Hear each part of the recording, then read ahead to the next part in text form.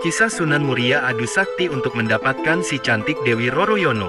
Sumber, https://kalam.sindonews.com/miftah.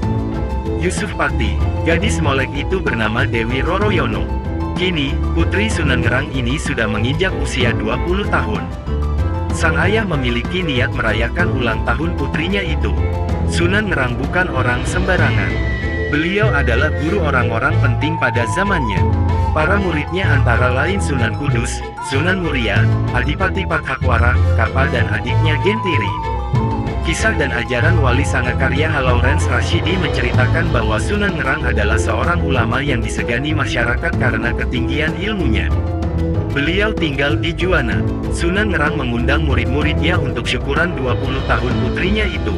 Selain murid, tetangga dekat juga diundang, demikian pula sanak kadang yang dari jauh. Setelah tamu berkumpul, Dewi Roroyono dan adiknya yaitu Dewi Roro Pujiwati keluar menghidangkan makanan dan minuman.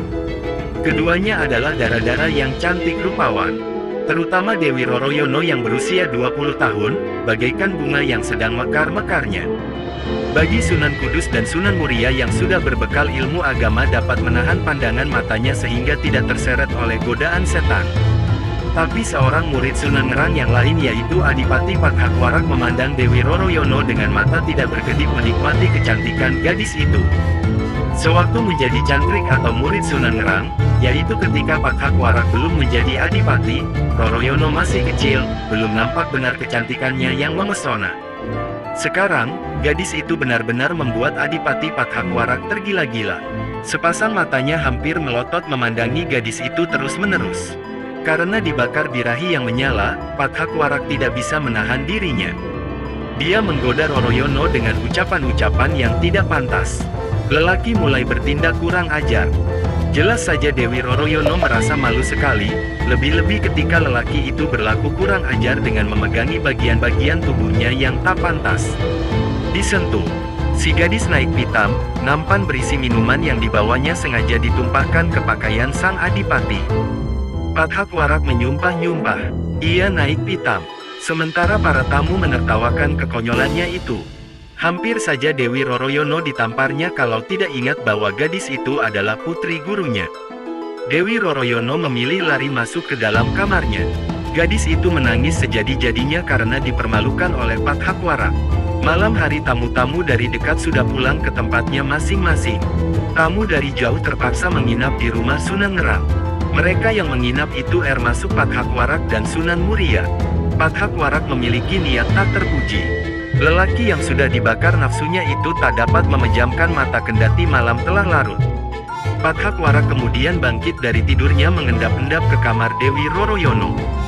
Gadis itu disirapnya sehingga tak sadarkan diri. Kemudian melalui genteng Pathakwara melorot turun dan membawa lari gadis itu melalui jendela. Dewi Roroyono dibawa lari ke Mandalika, wilayah Keling, Jepara. Setelah Sunan Ngerang mengetahui bahwa putrinya diculik oleh Pathakwara, maka beliau berikrar siapa saja yang berhasil membawa putrinya itu bila perempuan akan dijadikan saudara Dewi Roroyono. Bila lelaki akan dinikahkan dengannya. Tak ada yang menyatakan kesanggupannya. Karena semua orang telah maklum akan kehebatan dan kekejaman Pathakwara. Hanya Sunan Muria yang bersedia memenuhi harapan Sunan Ngerang. Saya akan berusaha mengambil Diajeng Roroyono dari tangan Pathakwara, ujar Sunan Muria menyatakan kesanggupannya. Maka berangkatlah Sunan Muria ke Keling. Hanya saja, di tengah perjalanan Sunan Muria bertemu dengan Kapa dan Gentiri, adik seperguruan yang lebih dahulu pulang sebelum acara syukuran berakhir. "Mengapa Kakang tampak tergesa-gesa?" tanya Kapa, merasa heran melihat Sunan Muria berlari cepat menuju arah Keling.